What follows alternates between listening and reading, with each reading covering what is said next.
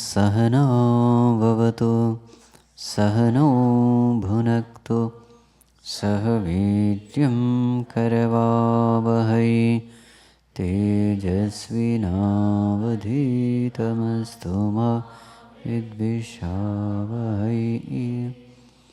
ॐ शान्ति शान्ति शान्तिः। ॐ नमः शिवाय। ॐ नमः शिवाय।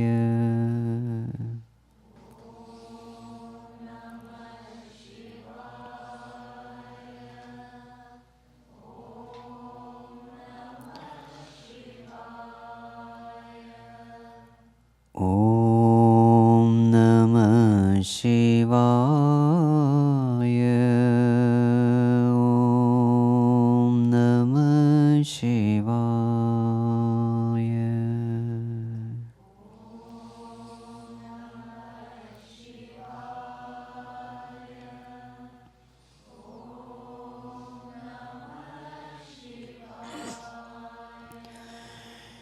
सुबह सुबह ले शिव का नाम,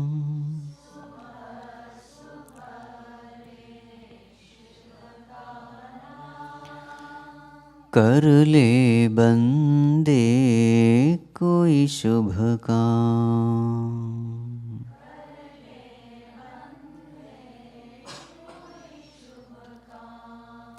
सुबह सुबह ले शिव का नाम,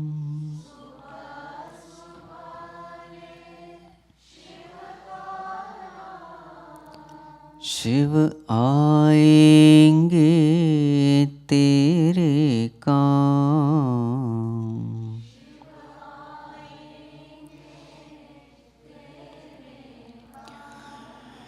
सुबह सुबह ले शिव का नाम,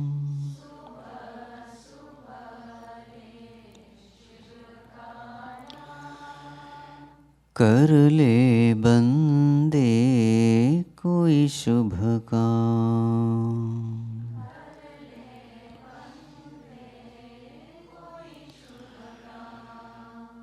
ॐ नमः शिवाय। ॐ नमः शिवाय।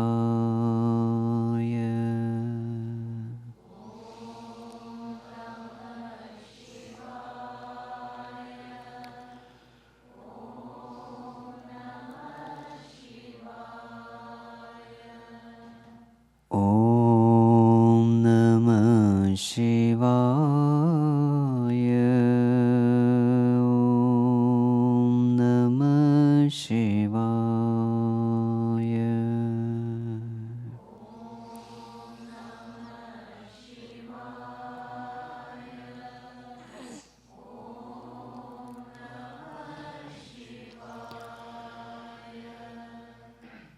खुद को राख लपेटे फिरते,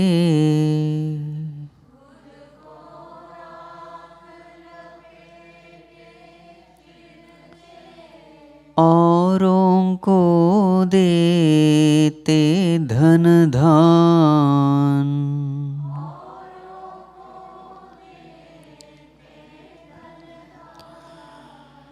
खुद को राख लपेटे फिरते,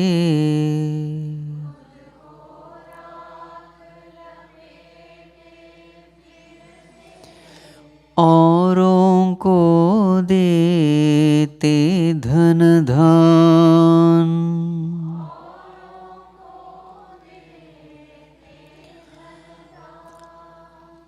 देवों के हित विष पी डाले,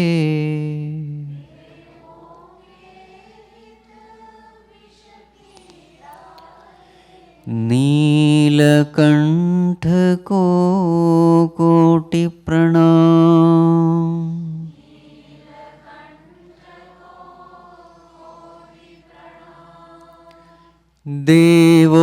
के हित विष पीडाले,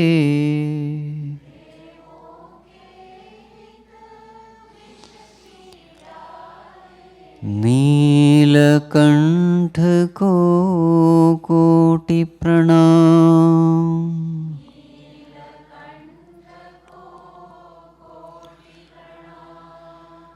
नीलकंठ को कोटि प्रणाम।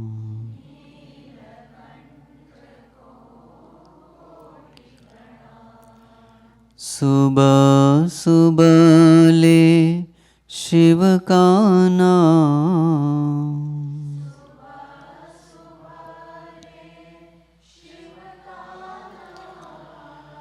शिव आएंगे तेरे काम।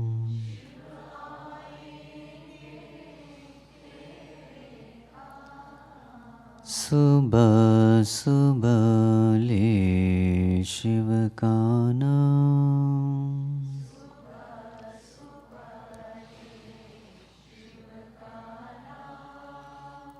कर ले बंदे कोई शुभ काम।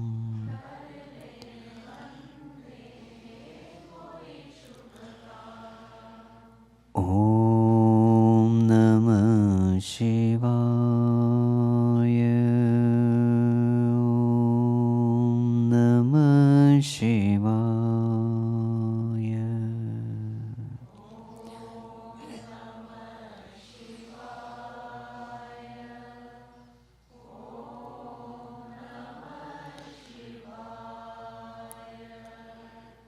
ओम नमः शिवाय।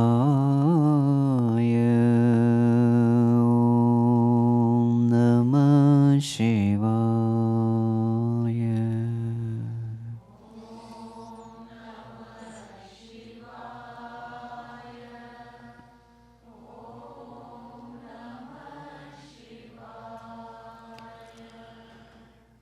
शिव को भजने से मिलते हैं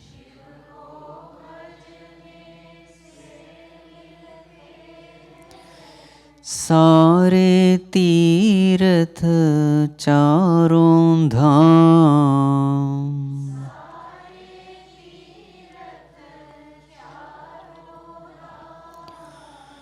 शिव को भजने से मिलते हैं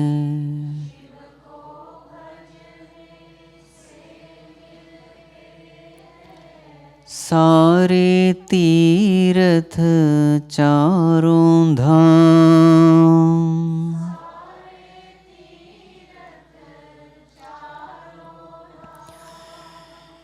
शिव को भज ले सुख पाओगे,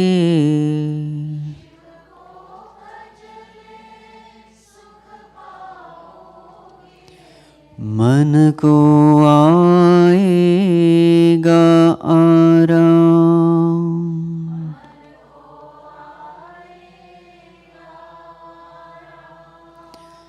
शिव को भज ले सुख पाओगे,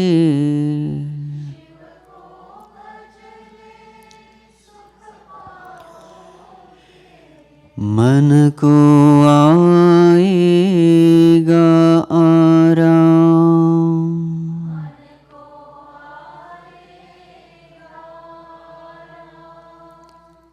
मन को आएगा आराम।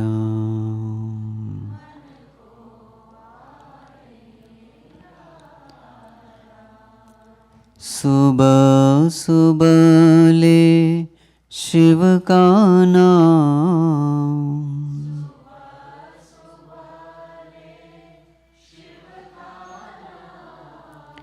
शिव आएंगे तेरे काम।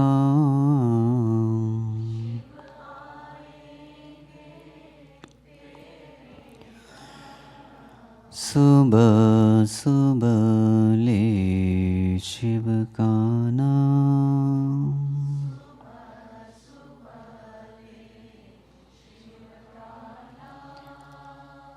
कर ले बंदे कोई शुभ काम।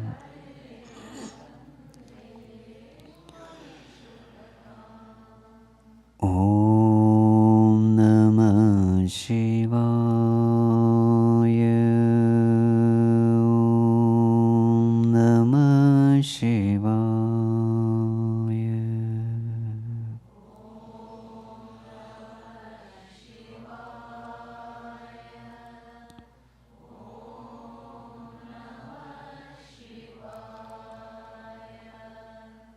ओम नमः शिवाय। ओम नमः शिवाय।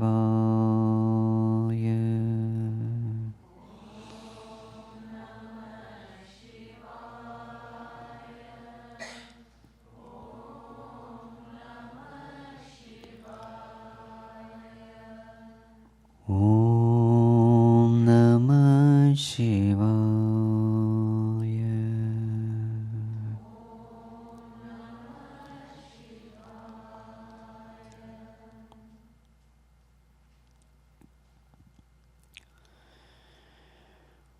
ओम नमो नारायणाय।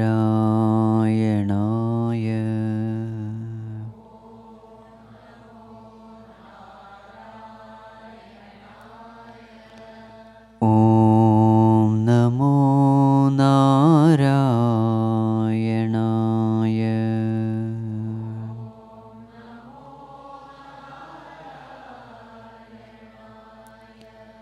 ओम नमो नारायणाय।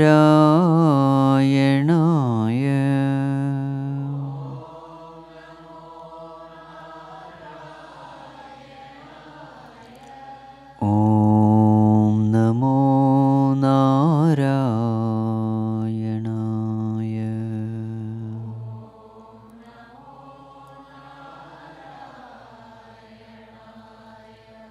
ओम नमो नारायणाय।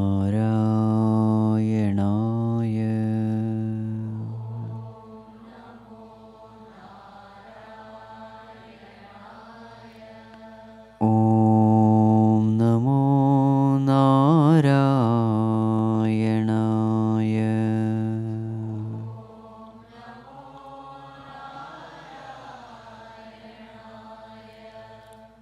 ओम नमो नारायणाय।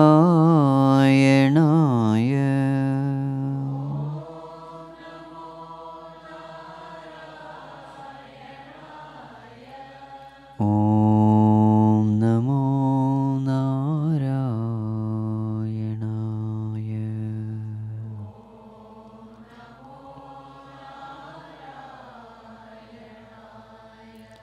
ओम नमो नारायणाय।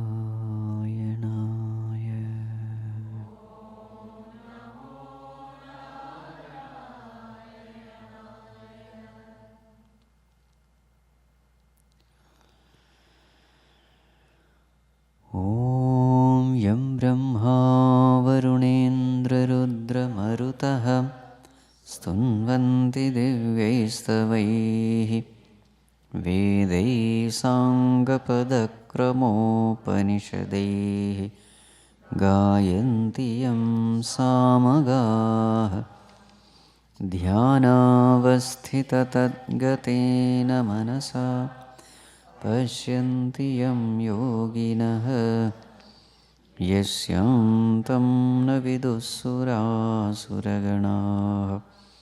देवाय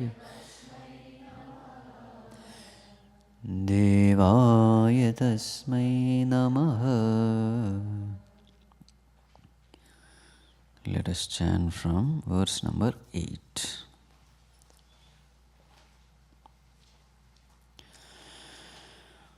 अभ्यासयोगयुक्तेन चेतसा नान्यगामिना परमं पुरुषं दिव्यं याति पार्थानुचिन्तयन् कविं पुराणमनुशासितारं अणोरणीयां समनुस्मरेद्यः सर्वस्य धातारमचिन्त्यरूपम् आदित्यवर्णं तमसः परस्तात् प्रयाणकाले मनसाचलेन भक्त्या युक्तो योगबलेन चैव प्राणमावेश्य सम्यक् सतं परं पुरुषमुपैति दिव्यं यदक्षरं वेदविदो वदन्ति विशन्ति यतयो वीतरागाः यदिच्छन्तो ब्रह्मचर्यं चरन्ति तत्ते पदं सङ्ग्रहेण प्रवक्ष्ये सर्वद्वाराणि संयम्य मनोहृदि निरुध्य च मूर्ध्न्याधायात्मनः प्राणम् आस्थितो योगधारणाम् ओमित्येकाक्षरं ब्रह्म व्याहरन् मामनुस्मरन् यः प्रयाति त्यजन् देहं स याति परमां गतिम्.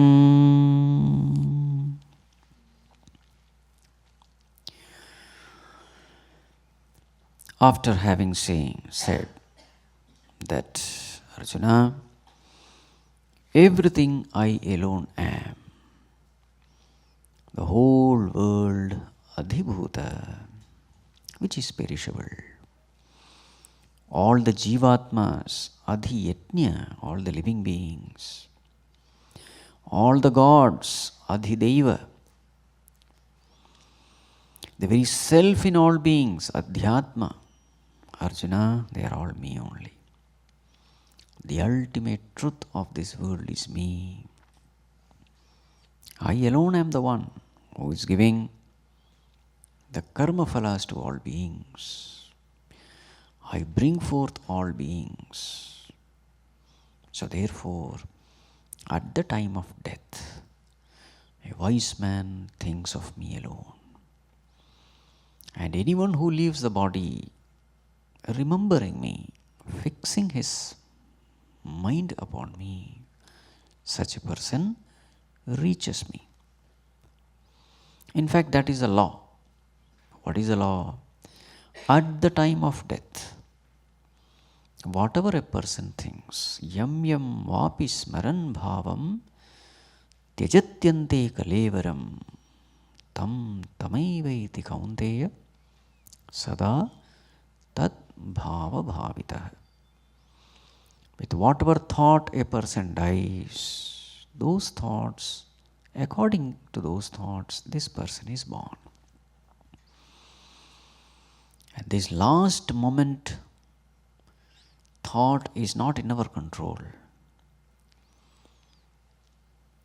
That last thought will be decided by our samskaras accumulated while living, what we have been thinking throughout our life. Those thoughts, the accumulated effect of those thoughts will appear at the time of death. So therefore this last thought cannot be chosen. It just appears. So therefore, tasmat sarveshu kaleshu mam anusmarayuddhya. So if my last thought has to be God thought, what should I do? Sarveshu kaleshu, all time. Even when I am living,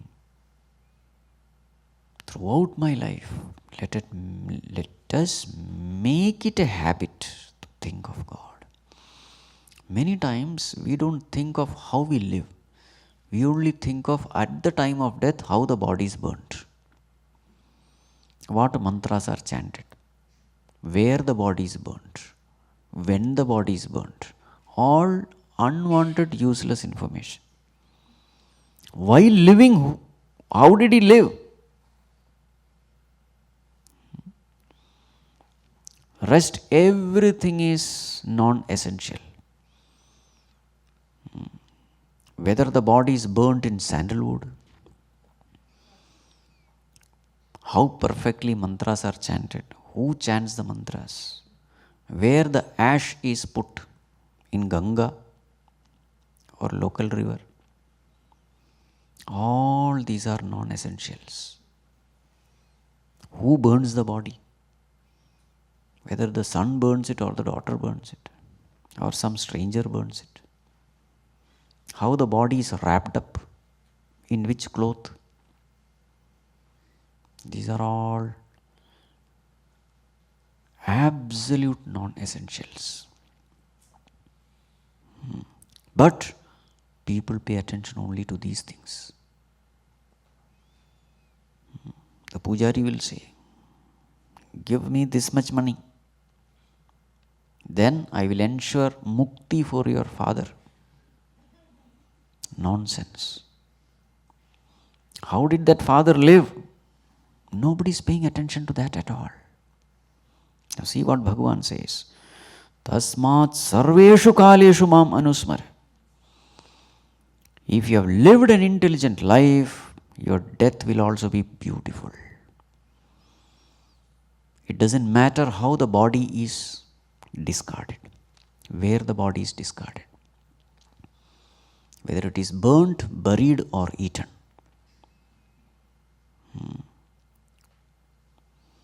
Most important thing is, how did the person live his life? Swamiji, do you mean to say that we should not do Sraddha Karma, etc.? You are doing it to express your gratitude. That's it. Not for the departed soul.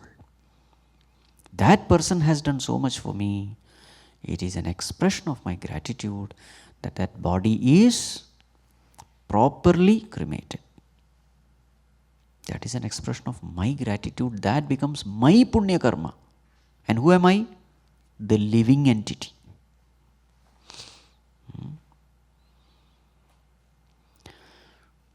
Tasmat sarveshu kaleshu mamanusvara. Make your life an intelligent life. Spend your time properly, intelligently. And what is the right way of living? Remember the Lord, who is the source of everything. All the time, if you remember Bhagavan, at the time of death also, you will easily remember Bhagavan. There is no difficulty at all. What you have been doing throughout your life, at the time of death, automatically it will come to you as a habit. And somewhere Bhagavan says, the one who has remembered me throughout, it is my responsibility to see that he remembers me. So in this regard, we were discussing the story of Bhishma Pitama. So we were discussing the story from Srimad Bhagavatam. So after the war, Yudhishthira becomes miserable because so many people died. Just imagine 18 Akshauhinis. Only few were left.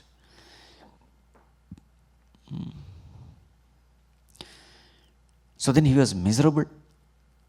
Vedavyasa Rishi tried to console him. He was not consoled.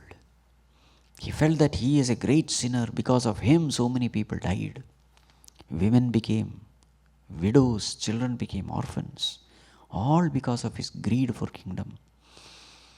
Vedavyasa tried to console him. He was not consoled. Bhagavan himself, Krishna himself tried to console him. He was not consoled. But that was Leela of Bhagavan. So Bhagavan said, there is one person who can truly answer all your questions and give peace to you. And that person is now lying down all alone in the battlefield, waiting for that Uttarayana Kala, is none other than Bhishma Pitama. So he goes there. All of them go there. The time was almost nearing. And what do they find? All great rishis, Brahma rishis, Raja rishis, Deva rishis, they all had gathered. All the great acharyas, they were all waiting. See, that shows how much respect Bhishma commanded. That shows the greatness of Bhishma. It is not that he invited everybody and they came. Uninvited. One of the greatest devotee of Bhagwan is going to drop the body. Most auspicious moment. They all had come to see how Bhishma was going to drop the body. They knew that Bhishma will majestically drop the body. Royally. He is a royal devotee of Bhagwan. The way you exit, that also should be in style.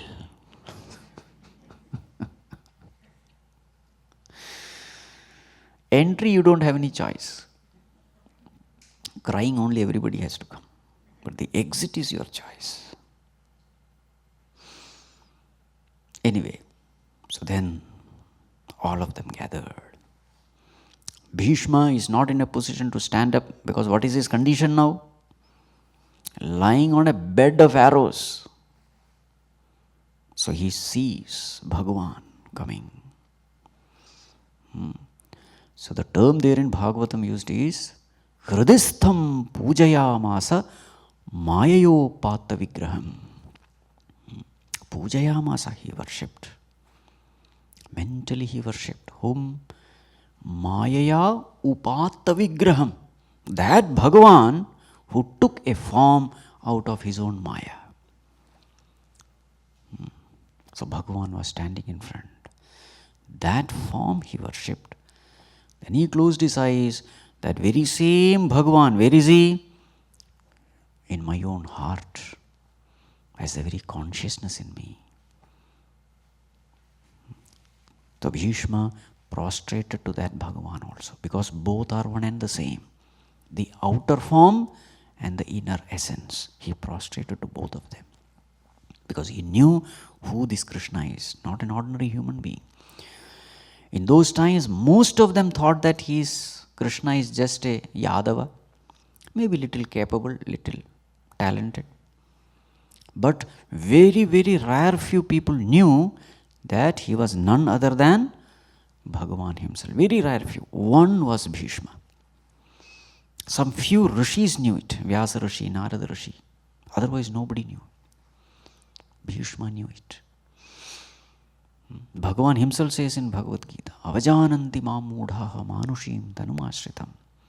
They don't know. Nobody knows that I am this. Anyway. So then Bhishma worships Krishna. Then his attention goes to the Pandavas. They were all standing at the feet of Bhishma in all humility, with all reverence. They did not go to the head of Bhishma. They remained at the feet, sitting there, with all humility and obedience. And then when Bhishma's eyes fall upon Pandavas, his eyes become filled with tears. Bhishma starts weeping. And then he addresses Pandavas. You know the term used? Vipradharmachyutasrayaha. Pandavas are given a name. Oh Pandavas, you are Vipradharma Achyuta Ashrayaha. Throughout your life you have taken refuge in these three. Who are they? Vipra, holy men, saintly people. Second, Dharma, righteousness. You have never deviated from the path of righteousness. Number 3, Achyuta, Bhagavan. You are ever been obedient servants of these three. And in spite of that, you had to go through so many difficulties. So thinking about the sufferings of Pandavas, Bhishma was in tears. He himself is lying on the bed of arrows. That is not bringing tears to him. You see this? And then he remembered the mother of Pandavas, Kunti Devi. At such a young age, she became a widow. How much difficulty she had to undergo in raising these children. And Bhishma is in tears. And then finally he says, whatever happens in this world happens by the will of God. What control do we have? We are so helpless beings. Just like the cloud is in the hand of the winds. The wind decides where the cloud should go. In the same way, we beings have no control on ourselves. So therefore, whatever is the will of Bhagavan, that alone is the best. That is always right. Let us bow down to the will of God. Then Yudhishthira comes forward. Then the parting message of Bhishma to Yudhishthira is, now you are the king. Just like how a father takes care of his children, in the same way now you should take care of your subjects. You are like a father now. Lot of difficulties will come. Not easy. But whenever you are stirred by these problems and challenges, turn to him. Whom? Krishna. Don't think that he is an ordinary human being. This is the advice given by Bhishma. Hold on to him. He is not an ordinary human being. Don't think that he is your relative, your friend, your charioteer, your messenger, etc. No. He is Sakshat Narayano Bhagavan. He is Bhagavan. And see his compassion when he came to know that his insignificant devotee is going to leave the body. He has come to give darshan. In the disguise of,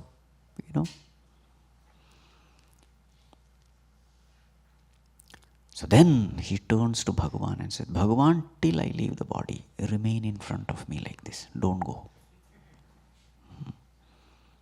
Remain in front. I want to keep on looking at you till I leave the body. And Bhagavan is arrested there. You see, this is called as loving authority. When you have lived a life completely surrendered unto Bhagavan, won the grace and blessings of the Lord through your discipline, through your obedience, through your surrender, then literally you conquer the Lord through your love. Aham bhakta paradhinah, Bhagavan says, I am helpless in front of my devotees. It's a beautiful song. Jagadodharana Adisida Yashoda.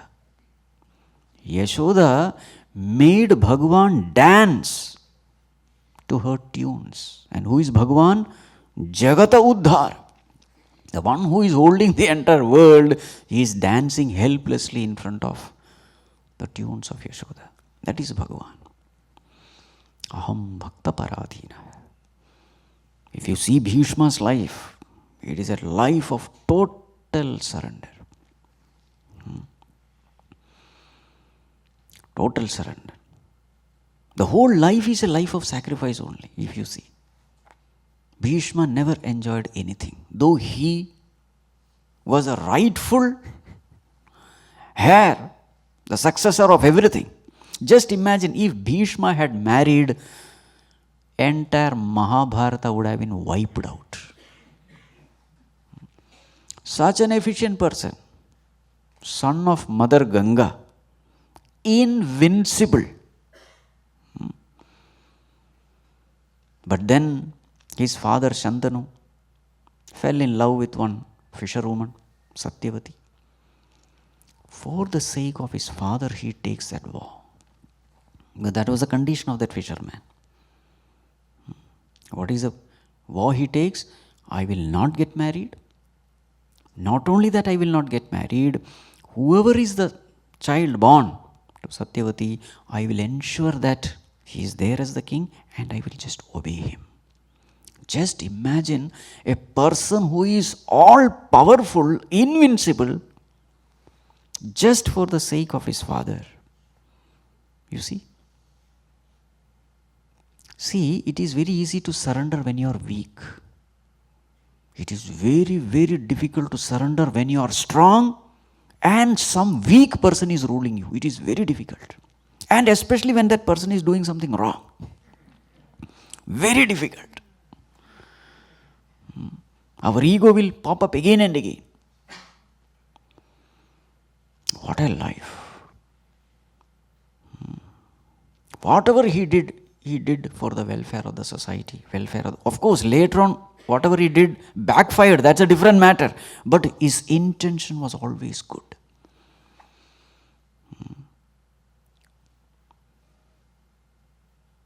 A common complaint about Bhishma is, in that sabha, he kept quiet. This is the only allegation against Bhishma. But there also, if you see the dharma standpoint, he has taken a vow that I will just obey the king. Once you have taken a vow, how can you raise a voice against the king? You don't have any right. You are just a servant. In the army, the soldier has no right to disobey his immediate officer. Whatever the king says, you have to just do it. Whatever happens. The same thing was this king. He had taken a vow. He stuck to his vow. Now there are many people who say, no, when injustice happens, you must break your vow. Who are you to break the vow? Who are you to decide what is justice, what is injustice? This is the world of God. When Draupadi was helpless, Bhishma's attitude was, she is a great devotee of the Lord, so therefore Lord will protect her. Why should I interfere? So he remained silent. So you have to understand dharma from so many ways. You can't just, read some book and then immediately label. No. If you truly see from dharma standpoint, what Bhishma did was absolutely right. And yes, Bhagavan himself saves Draupadi.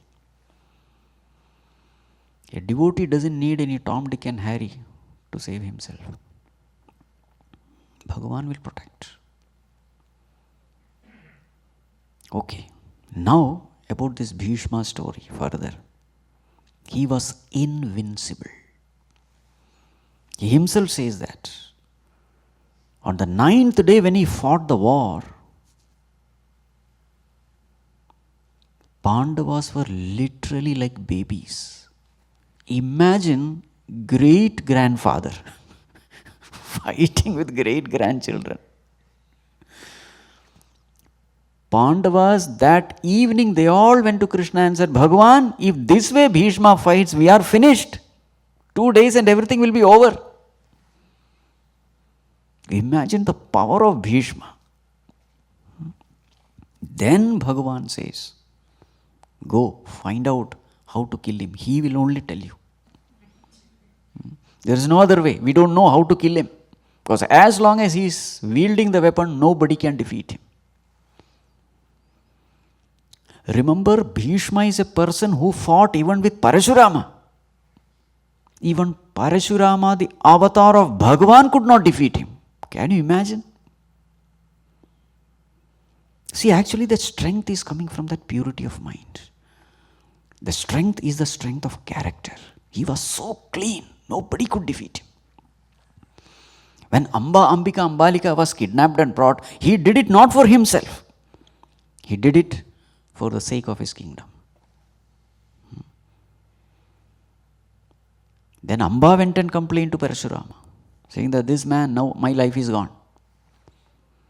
So Parashurama fought, and the condition was, if you are defeated, then you will have to marry Amba.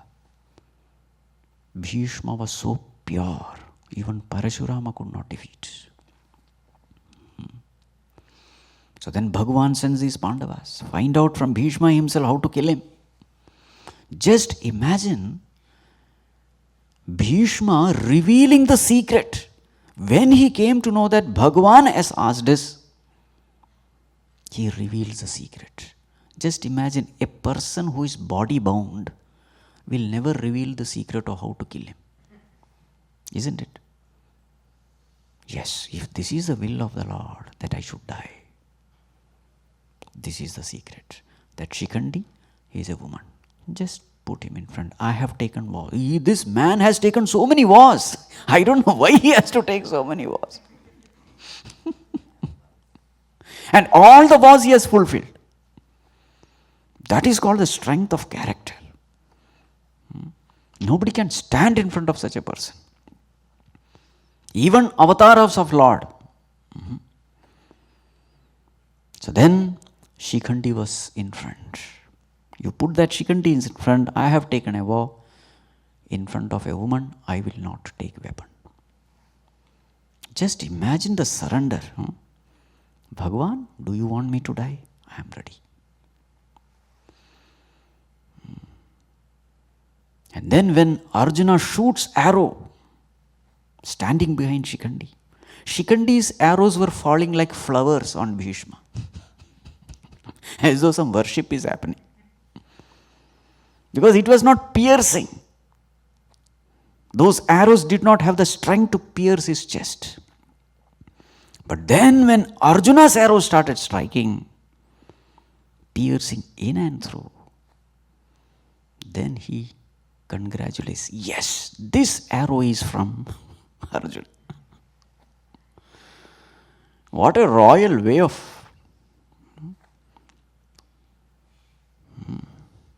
Then he falls. His father was so happy that he was blessed with Ichha Maranam. Shantanu's blessing, you see. He was so happy, my dear son, you will decide the time of your death. This is my blessing unto you.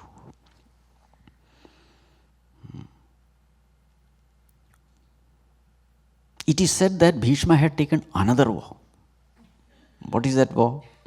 In the battlefield, he had told Bhagwan, Bhagwan, I will make you take weapon. Because Bhagwan had taken another vow. What is that? I will not touch weapon. Look at Bhishma. I will make you take weapon. And Bhagwan had to take weapon. That was the way in which Bhishma was fighting. Arjuna, the number one archer, was helpless. Then when Bhagwan found that this way if Bhishma fights, Arjuna will be in trouble, in danger, then Bhagwan jumps out of his chariot with that wheel in hand. The moment Bhishma sees Bhagwan stepping out, Bhishma puts all his weapons down and says, Bhagwan, what greater blessing can I have than dying with your holy hands? So this was Bhishma. He stuck to his vows, even made Bhagwan break his vows. Such is the glory of Bhishma. So with this understanding, you have to read all this. So in Bhagavatam, he is giving instruction to Yudhishthira. Yudhishthira, this man, don't think he is a normal man, some Yadava. No, he is Bhagavan himself. So whenever you have problem, surrender unto him.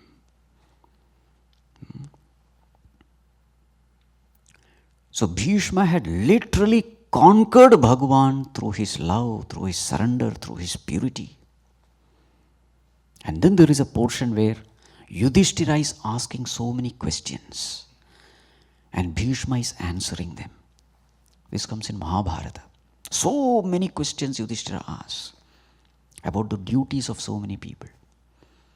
What is the duty of a king? What is the duty of various ashramas, various varnas? Dharma, Artha, Kama, Moksha, so many questions. And just imagine that assembly. Bhagavan is in the audience. Vyasa Rishi is in the audience. Shuka Brahma Rishi is in the audience. Narada Rishi is in the audience. All these Parashurama, all those people are in the audience. Who is the student? Yudhishthira. Who is Yudhishthira? Amsha of Yamadharmaraj, the teacher of Kathopanishad. He is the student. And who is the teacher? Bhishma. Not in some ashram, in the battlefield. And what is his condition? Lying on a bed of arrows. Can you imagine that? It is in that auspicious environment that Vishnu Sahasranama is born. Hold on to Bhagavan. And then Bhishma extempore gives Vishnu Sahasranama. Today, if there is one Sahasranama which is the most famous, it is Vishnu Sahasranama. From whom did it come? From one of the greatest devotees, Bhishma. You see? If Bhagavan had not projected Bhishma's greatness, nobody would have even known. That way Bhishma lived, silent.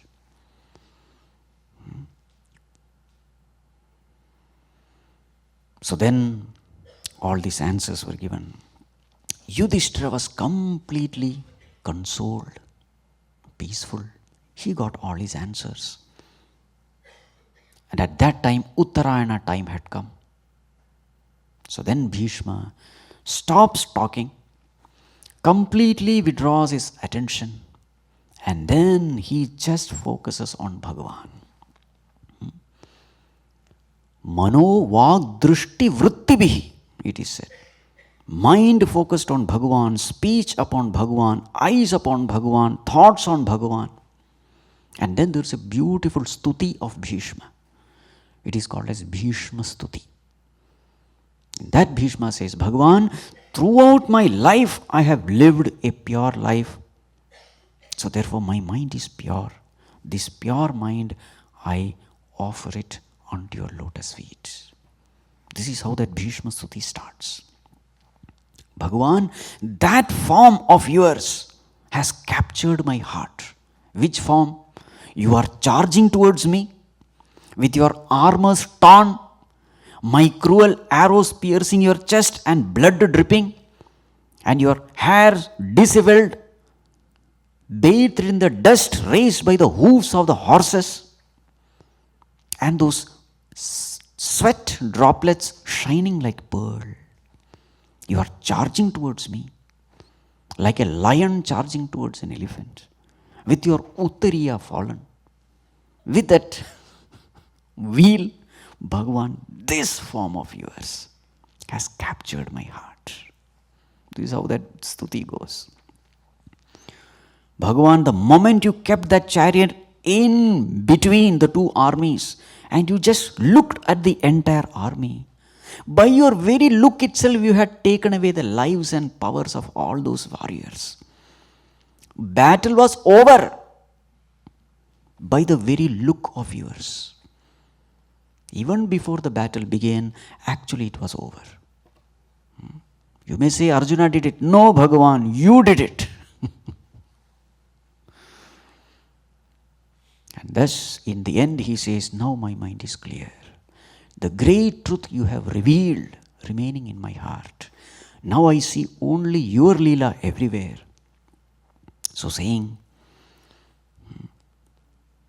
with this he concludes that stuti. And then mind, thought, word, deed, eyes, everything fixed upon the Lord. He merges in the Lord and then leaves the body.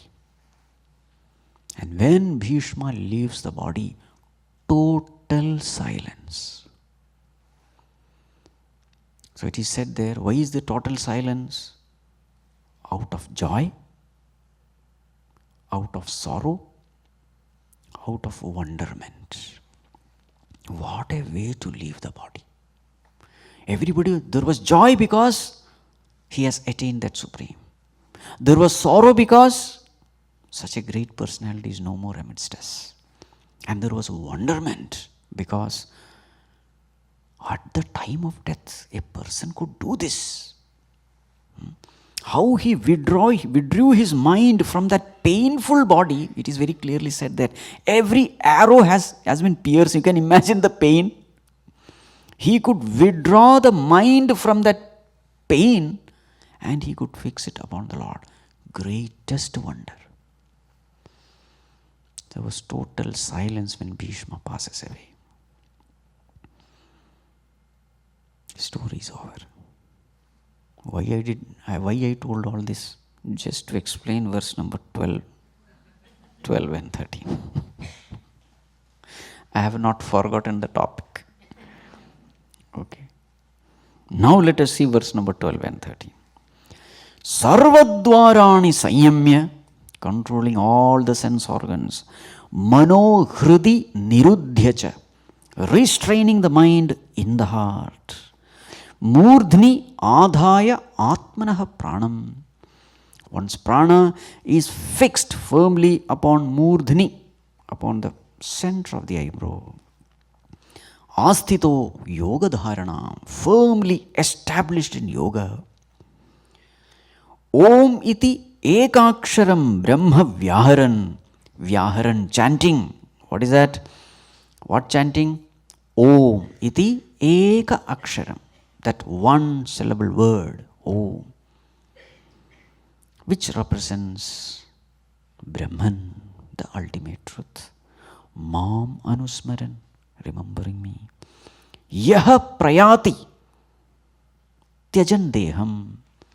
That person who leaves the body in this way, sa paramam gatim yanti. Such a person attains me.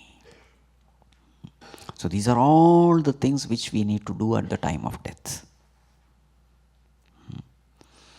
So now this appears to be very, very complicated and difficult.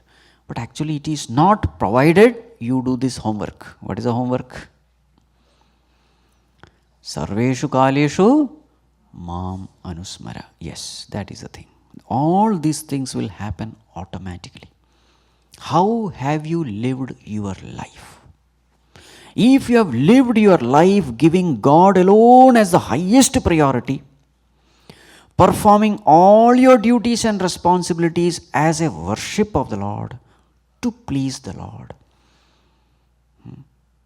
Bhagwan, I am doing it to please you. Remember, Bhishma never ran away from his responsibilities. He remained in the world. Bhagavad Gita is a teaching given in the battlefield, not by some sannyasi to another sannyasi in an ashrama. In the battlefield. We are all in a battlefield only. We don't have to kill somebody, but we have our own battles to wage in our professional field, in our family field. Everything is a battle. To raise a child is a battle. To have a good family relationship with husband, wife, that is also a battle. Handling in-laws is a battle. Varieties of battles are there. Always don't think battle means war field, killing somebody. No.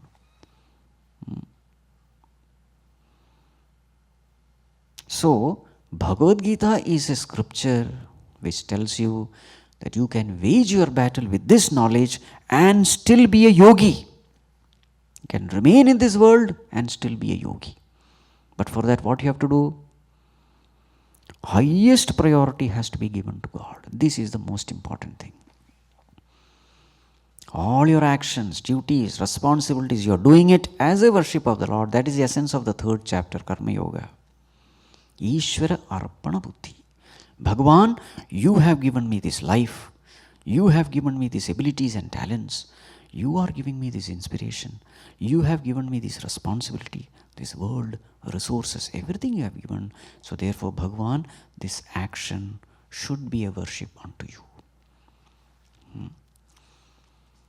As Puja Gurudev's beautiful quote, what I have is his gift to me. What I do with what I have is my gift to him. That is Karma Yoga. So how do I know whether Bhagwan is pleased with me or not? If Bhagwan is pleased, there is peace of mind. If Bhagwan is displeased with me, then there is disturbance of mind. This is how you have to know.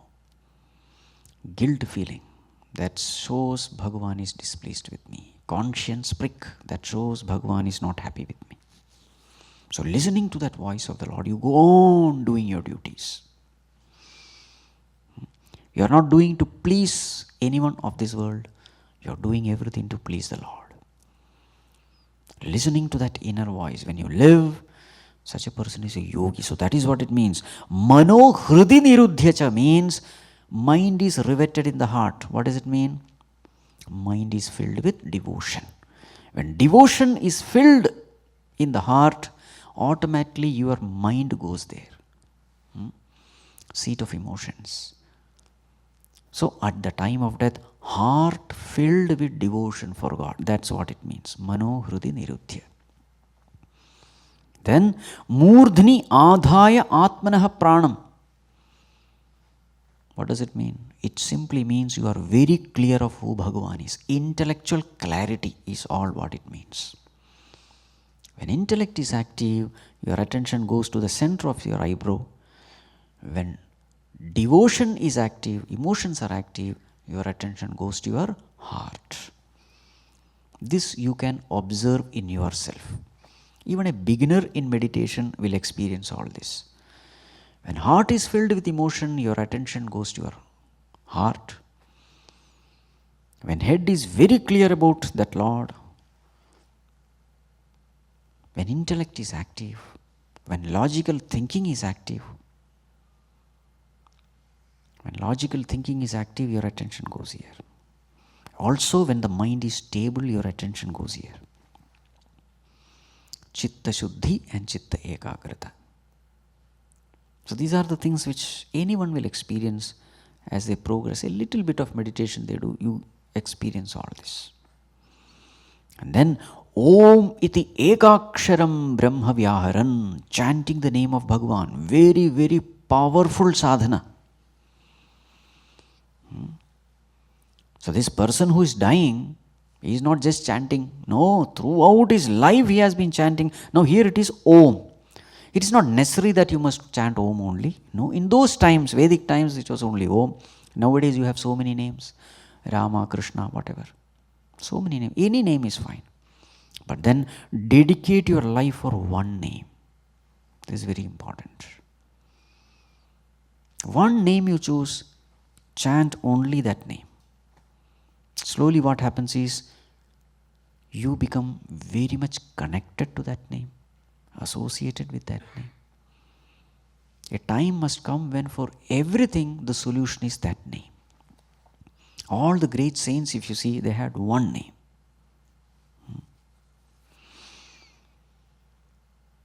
One Ishtadevata, one mantra, one relationship. Just like if you go on digging in one place, you get water. In 10 places you dig, you don't get water. In the same way, as you become serious in spirituality, slowly, you develop a particular relationship with God. Particular name is chanted. And go on doing that sadhana. A time comes when you see some bad dreams, you wake up chanting this name. There is something called mantra siddhi. Even in your subconscious mind, that chanting is happening.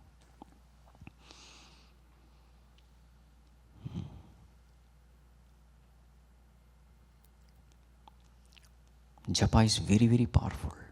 And it is something which you can do anywhere, everywhere. You are traveling, you can do japa. You are driving, you can do japa.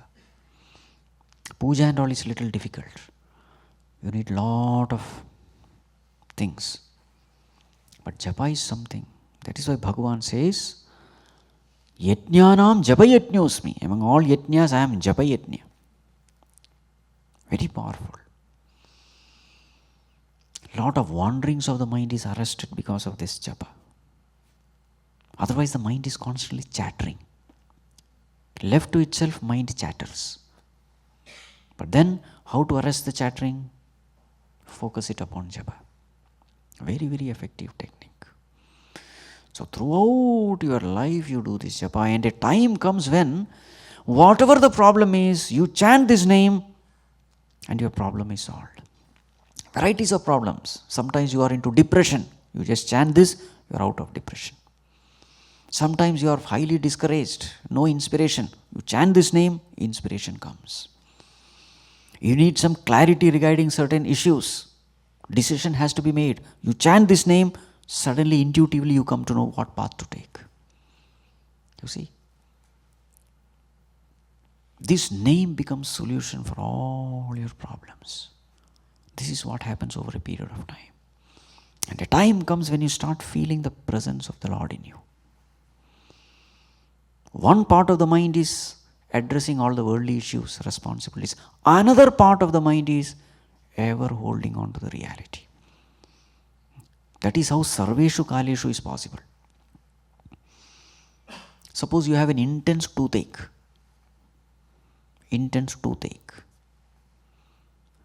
Throughout the day you are doing everything, whatever has to be done. But at the back of the mind, this is also there, isn't it? Sarveshu Kaleshu is happening or not? It's paining. This is a negative example. This is a positive example, that's all. Toothache is a negative example. It's not an ache here, it is a kind of joy. That yes, there is somebody who is with me. I am not alone. God is with me. So when you have this kind of experience, even when problems come, challenges come, difficulties come, your mind is not shattered. As they say, when the problem comes, your natural expression is, what? But the next moment you think of God and you say, so what? So what to so what? Quick transition happens. So therefore, this investment has to be done. You see, just like money you invest and later on you get a big chunk.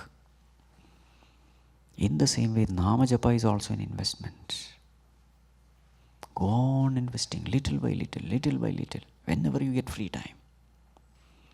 Over a period of time, especially in those last moments, old age, one by one the limbs start failing. That is a time when this will come.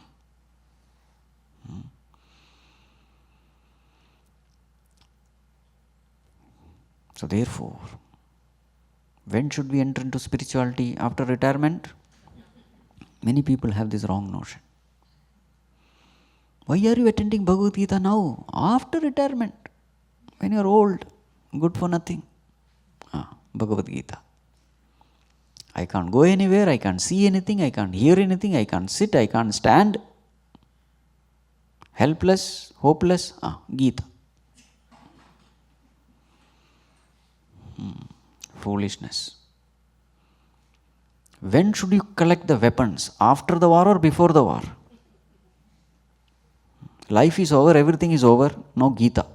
And what is Gita's message? How to face life's challenges.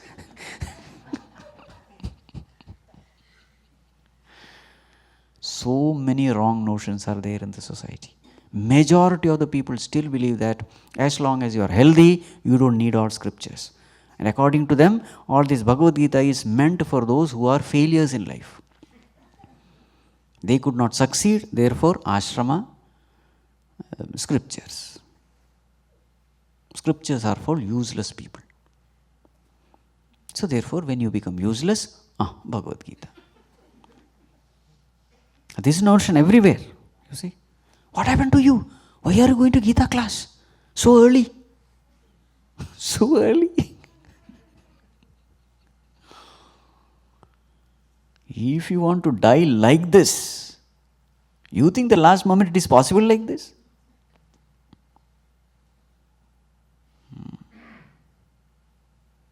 Sarveshu Kaleshu. Then yes, everything is under your control. Royally exiting the world. Under control of everything. Not easy. Only for a devotee it is possible. When you are holding on to God, you get immeasurable strength. And with that strength, holding on to Bhagavan, in spite of all the pains in the body, your mind is fixed upon the Lord. And then when you exit, that is the final exit.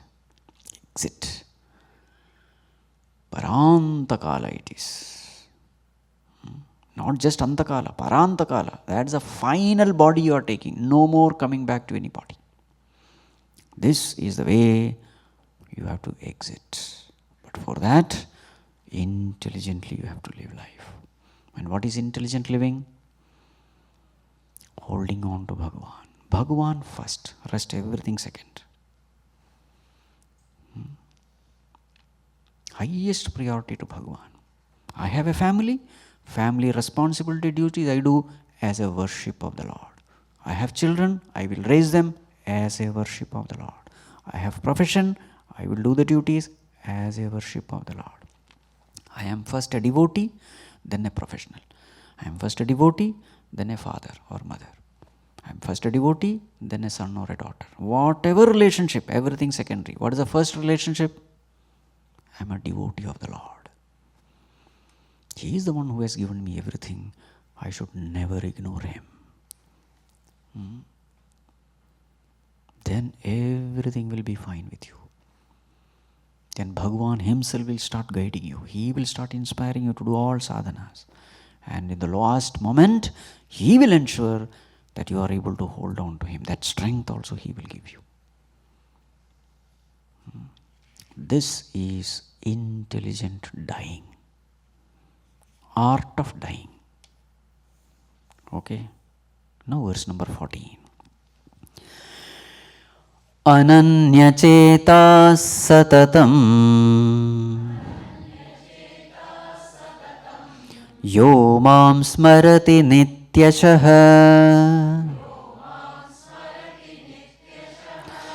tasyaham sulabhav partha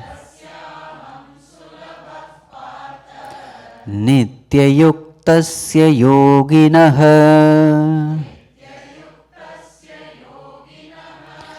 ananyacheta satatam yo mam smarati nityashah tasyaham sulabhav partha nityayuktasya yoginah.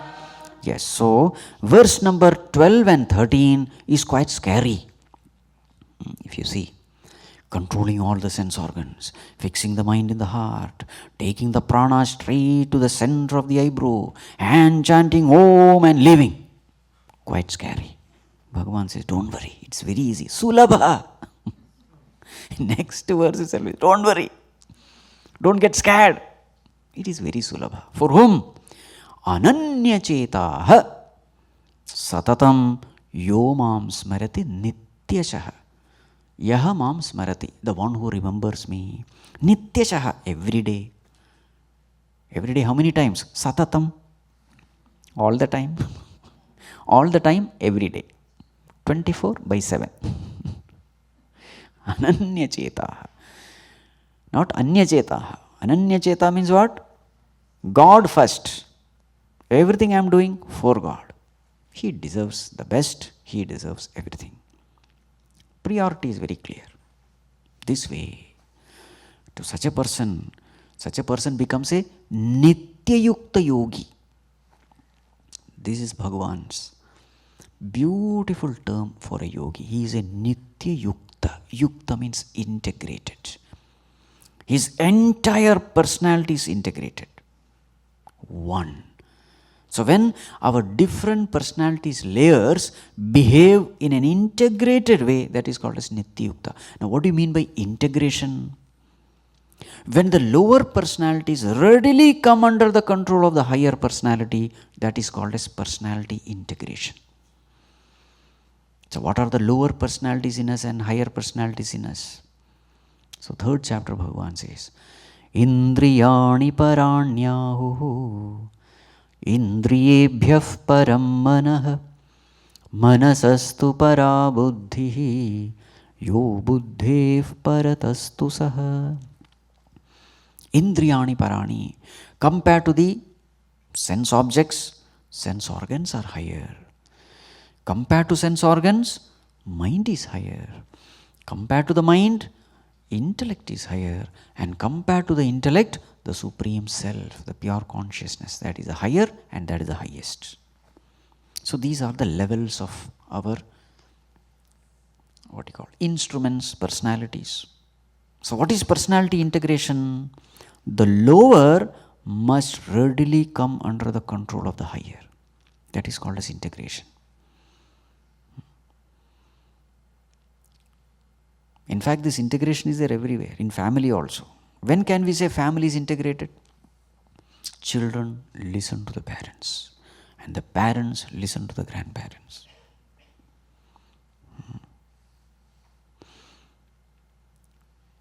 When this is there, integration is there.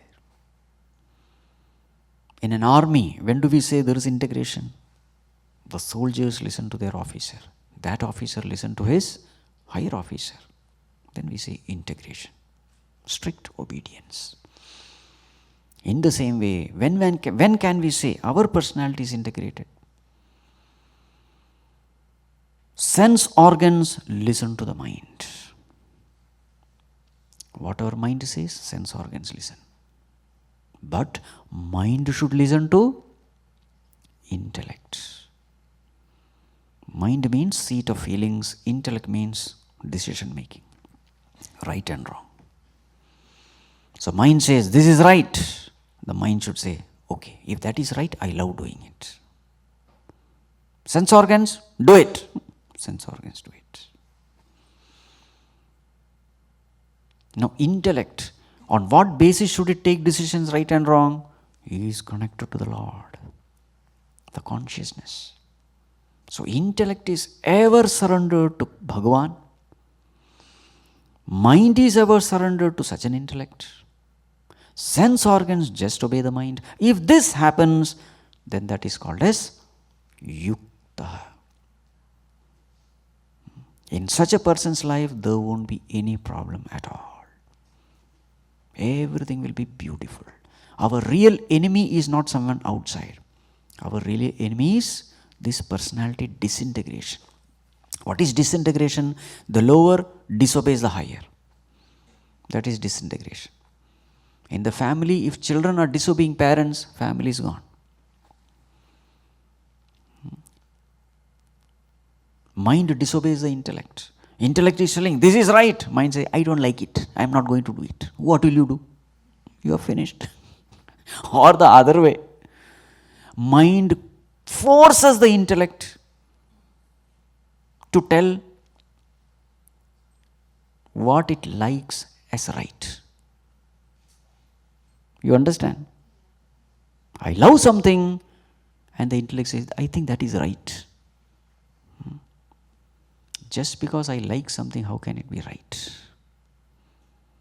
These are all the expressions of personality disintegration. I don't have the guts, I don't have the courage, I don't have the strength to do what I am convinced as right. This is a sign of personality disintegration. Such a person can't achieve anything in life. He'll be an absolute failure. All those chain smokers, drunkards, drug addicts, they're all examples of this category only. I like it, therefore I do.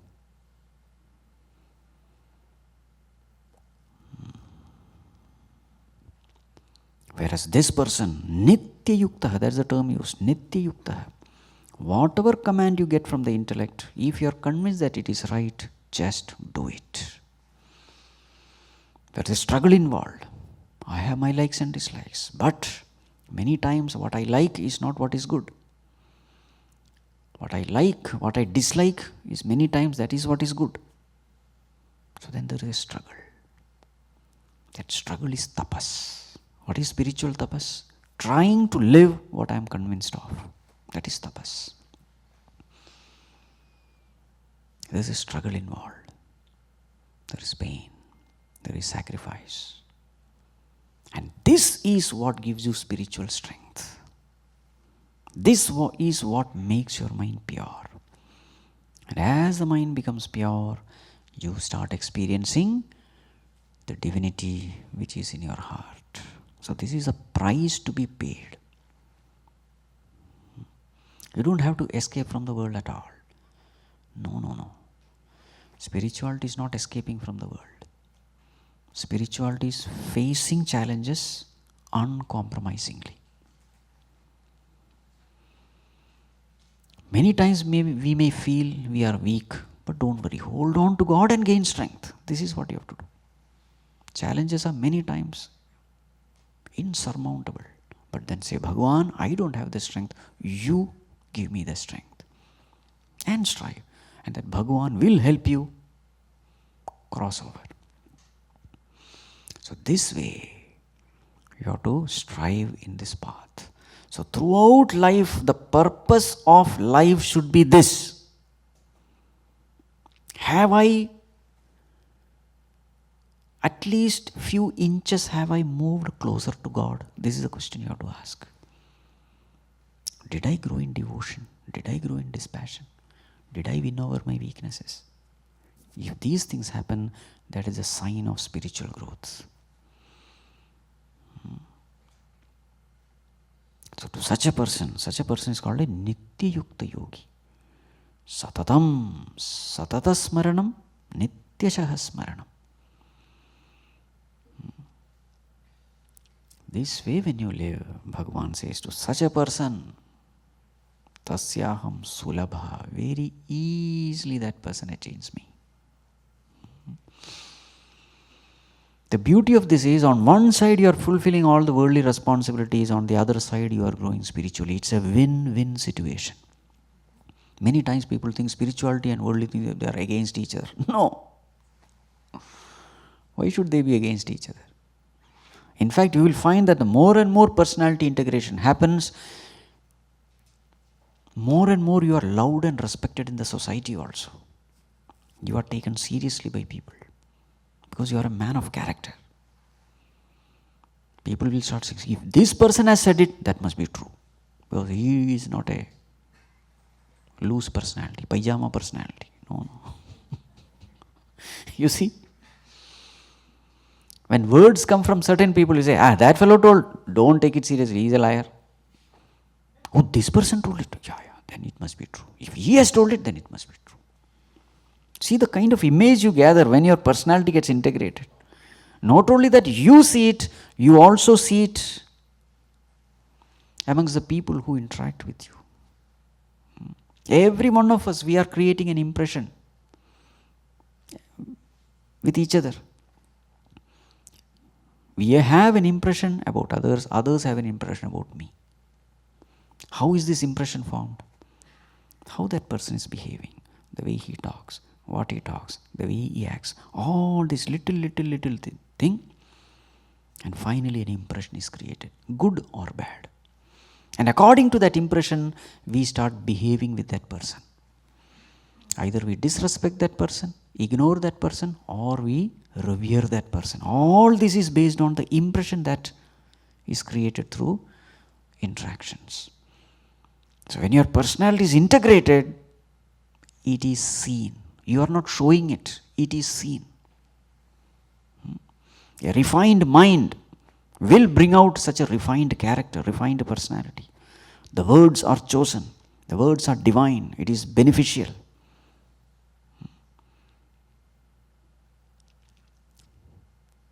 So such a person is respected, revered in the society.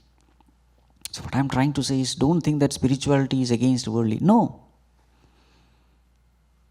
As you are walking the spiritual path, you become more and more disciplined inside, more and more integrated inside. So when such an integrated person has a sankalpa, a desire, that desire is immediately fulfilled.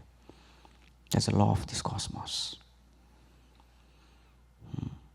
So therefore, that person walks from success to success. Success just follows his footsteps. A person who has the blessing of God, there is nothing which he can't attain. So the greatest blessing we can give to our children is initiate them into spiritual path. It's the greatest blessing. At a very young age itself, expose them to all these teachings. Very young age. In the Vedic times, Gurukula was there. Today, there is no such Gurukula. In the Vedic time, there was no choice given. You have to send your children to Gurukula, full stop. And in the Gurukula, 25 years, training, just imagine. So the moment he comes out of that Gurukula, he is a matured person. He has the fundamentals very clear. He becomes a positive contributor to the society. And therefore the society was beautiful. Education was given so important. What kind of education? Not physics, chemistry, maths. Spiritual education. That is the foundation. All the problems of the society vanished because foundation is so strong. No mental hospitals needed. No old age homes needed. Now what is the condition? The most important foundation is gone. Big buildings are built, but no foundation. And therefore today so many problems. According to latest statistics, 10 lakh people are committing suicide every year. And that number is going on increasing. 10 lakh means almost 2,500 every day, which is around 100 people every hour committing suicide. This is the condition. Anyway, we can't change the times. Kali Yuga is going on. They are all predicted already in Bhagvat, everything. Description is there what Kali Yuga is. We may be in Kali Yuga, but in our family, in our heart, we can still be in Satyuga. How? Give this knowledge the highest importance. Whatever our Rishimunis, our ancestors, whatever path they have shown to us, stick to that path as much as possible. If this is done, everything auspicious will happen to you. Amidst the world of inauspiciousness, choice is ours. And Bhagwan is lovingly giving these instructions. Never ignore it. Never keep it. Okay, now I am busy. Later on. What do you mean later on? Already you are late. Later on. You sincerely practice it and you be a role model for your children. Your children should say, see, my father, my mother, how they are practicing. I should also be like that. So tomorrow when you pass away, children must have this memory, this remembrance. See how spiritual my father and mother was, how beautifully they lived. They are my role models. This is the best way of parenting, passing on this teaching. Most of, I know, they leave the children here and go away. Baliviyar sessions. This is what the parents do. They think children are, like you give for servicing the car servicing. You leave the car and go, and after that pick up the car. They don't understand that this knowledge is for them. I am okay. Children, they are little. You just take care of. Baliviyar, okay. I am okay. My children are not okay. If you have this attitude, a time will come when the very same child, once he grows up, will teach you proper lesson. Yeah, we have seen this. Then don't come crying.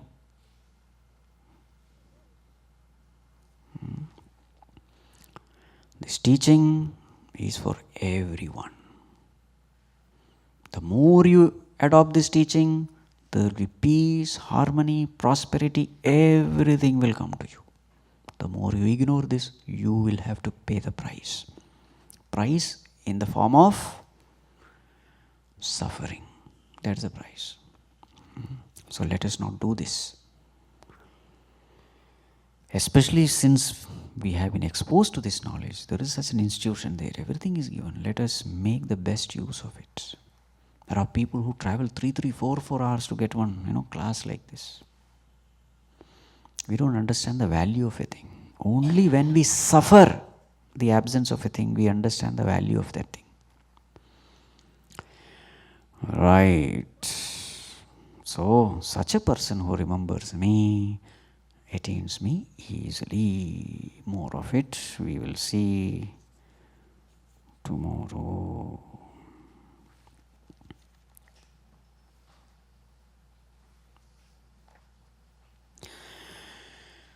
Atma Ramananda Ramana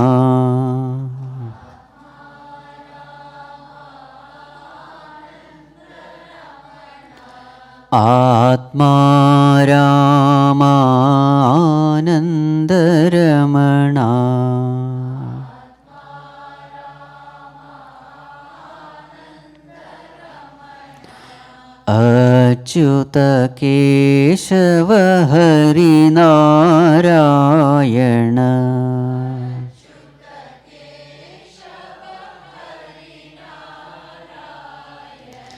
Achyut Keshav Hari Narayan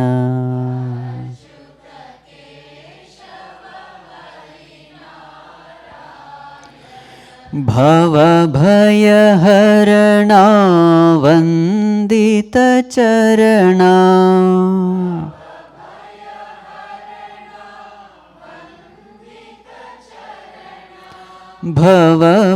भवभयहरणा वन्दितचरणा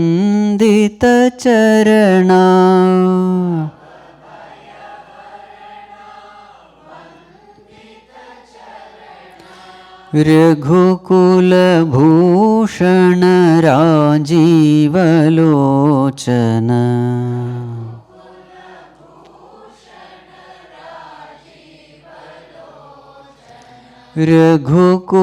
रघुकुलभूषण Rajivlochan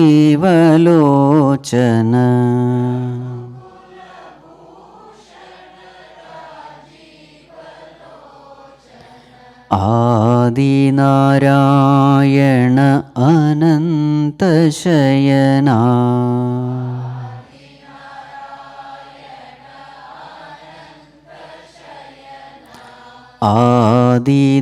Adinarayana अनन्तशयना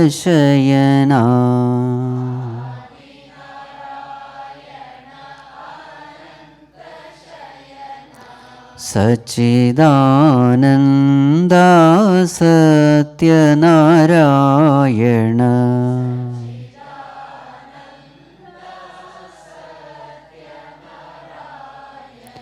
Sachchidananda Satyanarayan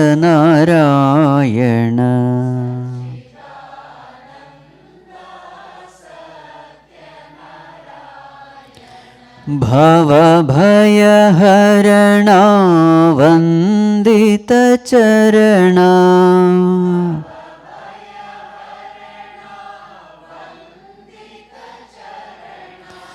रघुकुलभूषण Rajivlochan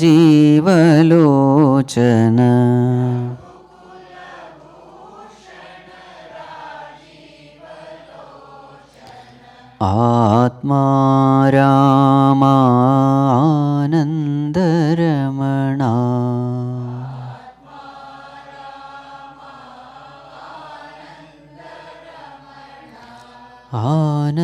आनन्दरमणा